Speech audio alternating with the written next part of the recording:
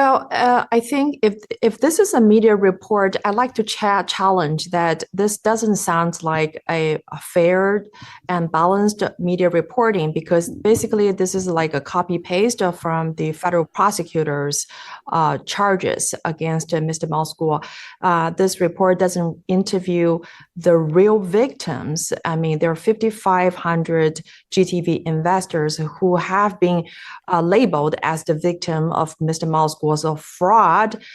Actually, I'm one of those, but we don't believe we are the victim of Mr. Moscow's fraud. We believe we are the victims of the CCP infiltrated the DOJ and SEC's weaponization of this country's justice system. So I'd like to first say thank you for having me because you're giving a platform for the silent majority. I mean, no mainstream media has come to us, just interview us and ask the GTV investors, what do we have to say about this charge? And how do we feel about this? I mean, we feel this is a terribly wrong case against Mr. Moscow, and we believe it's the CCP's infiltrations in this country at work.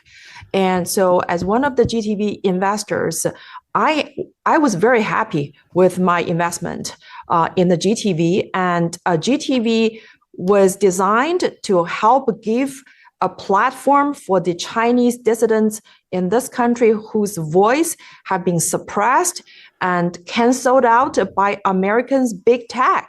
I mean, Twitter, Facebook, YouTube, and Google have been canceling out our voices. And Mr. Moscow's account on Twitter is among the first one to be permanently suspended by Twitter. And everybody remembered the Twitter file. I mean, Twitter has put the CCP's security personnel on its payroll out of Beijing. And Twitter has hired a CCP proxy, Feifei Li, sitting on its board.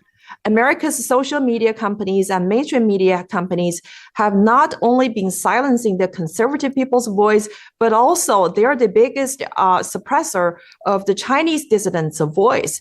So Mr. Moscow and all of us, we want to have our own independent media platform called GTV. We want to be able to have our voice heard without being censored. And that SEC became our enemy. Why didn't SEC go after many Silicon Valley's startup?